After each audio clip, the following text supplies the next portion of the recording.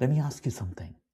The last time a customer had a really bad experience with your company, when did you find out about it? Was it in a survey, a complaint that got escalated, or maybe a churn report at the end of the quarter? If the answer is after the fact, and for most organizations it is, then this conversation is for you.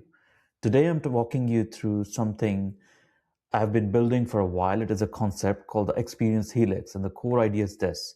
What if you could know a customer experience was going wrong while you could still do something about it? Let's go through this slide by slide. I'll keep this simple, no technical jargon, no maths, just the idea and what it means for how you run your customer experience operations.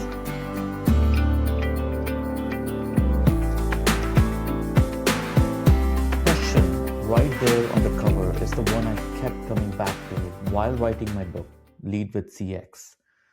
We spend enormous energy designing customer experiences, journey maps, service blueprints, experience principles, and then we measure whether any of it worked after the customer has already formed their impression and decided whether to stay or leave.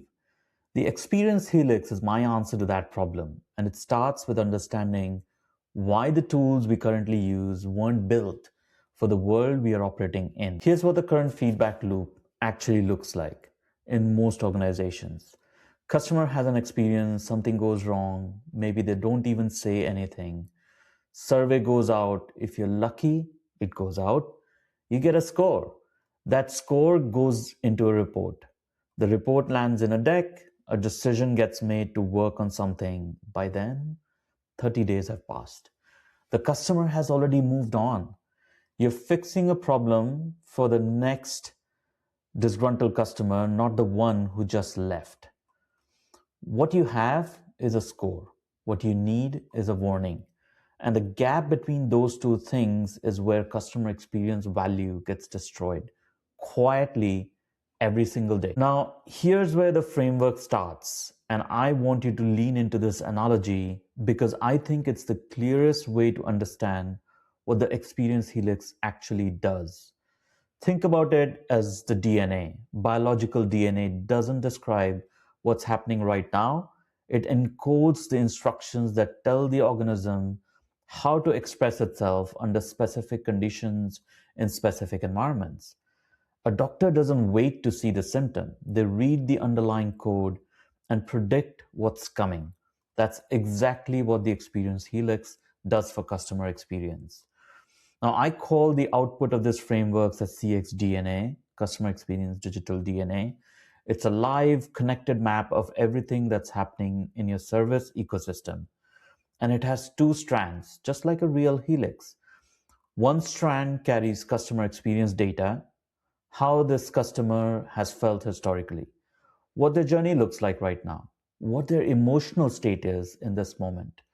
The other strand carries operational data, how your systems are performing, what your agents are dealing with, where the process is right now.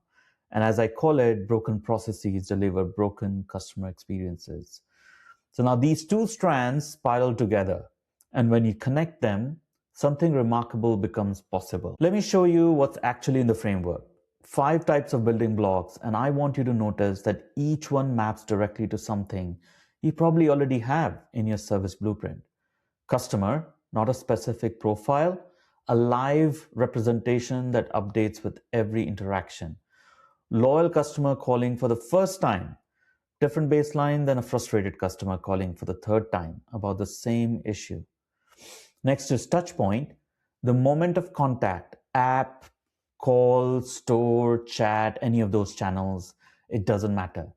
Each one carries a context, channel, timing, what came before, what came after. Operations, this one is important. These are the backstage steps your customers never see. The queue management, the verification, the approval workflow, they're invisible to the customer, but they're felt by the customer every time it's broken. Agent or resource. Here's the dimension that traditional service blueprints almost always leave out. The same process run by 2 agents with different levels of experience and different workloads produces 2 different customer outcomes. This framework accounts for that. Next, and the last one is systems. the technology underneath. It's very important. API latency, server availability, error rates, data architecture, usually invisible in a blueprint, almost always present in a bad experience. Now, here's what matters on their own. Each of these building blocks are useful, but connected together with live data flowing between them, that's where you get something fundamentally new. This is the output. The thing the framework actually produces, I call it pCXSAT, Predictive Customer Experience Satisfaction Score. It is a number between 0 and 100, and it's computed in real time during every customer interaction, not after it. And here's what makes this different from a sentiment score or a simple metric. It considers 4 things at once. First, the customer's baseline. Before the interaction even starts, the model knows this customer's history. Are they loyal? Have they called before? Did their last interaction go badly? That matters. Second, operational state. How long have they been waiting? How many times have they been transferred? Is this their second contact about the same issue? And the third, compound effects. This is the critical one. In the real world, problems don't just add up, they multiply.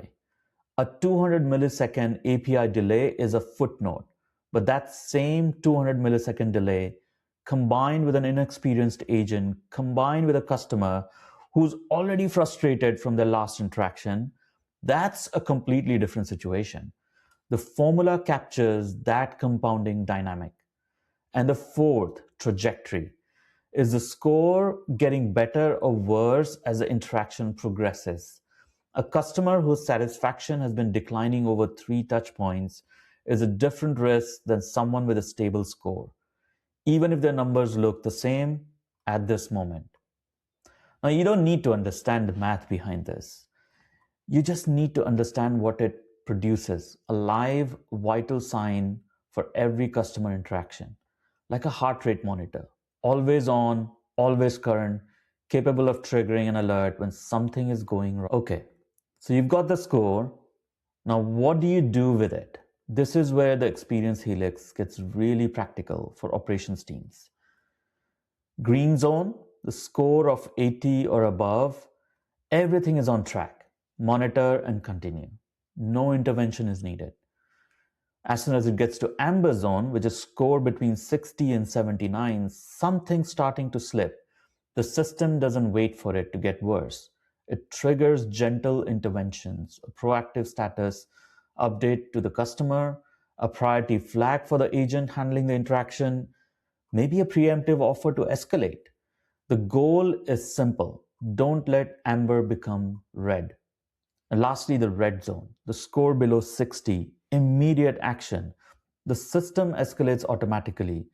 Route to a senior agent, triggers service recovery offer, alert a supervisor, reroute the process to bypass the identified bottleneck.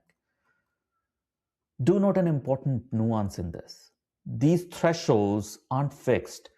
A premium financial services firm might set its amber threshold at 85. A high-volume e-commerce platform might set it at 70. You calibrate the system to your business, your customers, and your history. The intervention doesn't have to be visible to the customer. The agent gets a flag on their screen. The system quietly escalates. The customer doesn't know the framework exists. They just know that this time someone actually sorted it out. Let me make this concrete.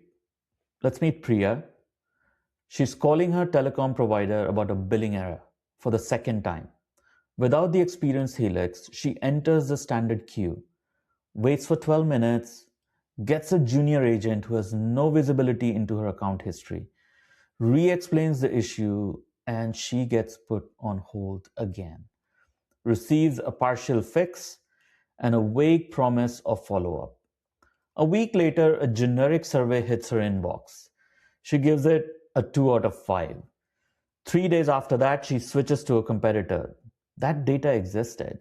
The company just couldn't act on it on time.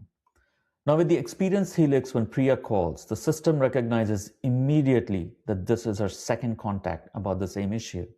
Her baseline satisfaction prior drops before the call even connects.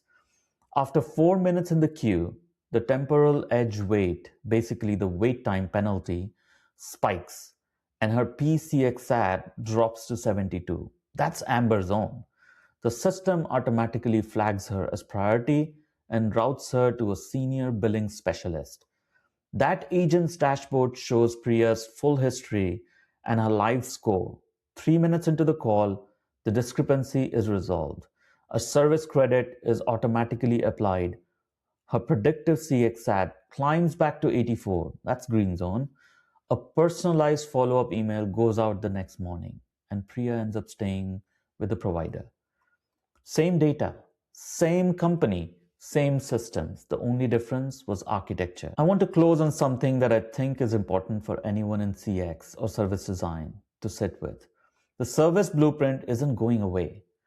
It's still one of the most powerful tools we have for aligning teams and building shared understanding of the customer journey. I've used it throughout my career and I'll keep using it. But here's what I believe: the era of the static map as the primary instrument of CX management is ending. A recent report mentioned that AI-powered next best experience approaches can enhance customer satisfaction by 15 to 20% and reduce cost to serve by 20 to 30%. The global market for predictive customer analytics is growing at nearly 30% a year. The investment is moving in one direction.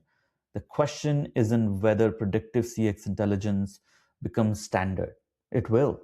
The question is whether your organization builds that capability intentionally with a framework that keeps the human-centered principles of good service design at the center, or whether you bolt AI tools onto processes that were never designed to accommodate them.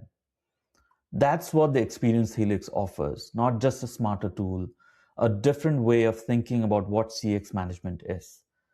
The best customer experience aren't designed, they're predicted. The power of data and AI makes the best customer experience design more human. Full white paper, including the complete architecture, the formula, the 18-month implementation roadmap, and the ethical governance framework is linked below. It's written to be accessible to CX leaders and service designers. You don't need a data science background. If this resonated with you, I'd love to hear more from you. Drop a comment, share it with someone who's wrestling with this problem in their organization. This is one of the central ideas I explore in my upcoming book, Lead with CX, as I build towards the launch.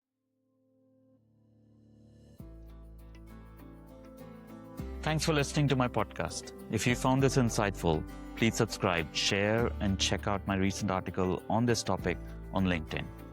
As always, feel free to get in touch with me with comments, suggestions, and ideas. I'm Hitesh, and I'll see you next time.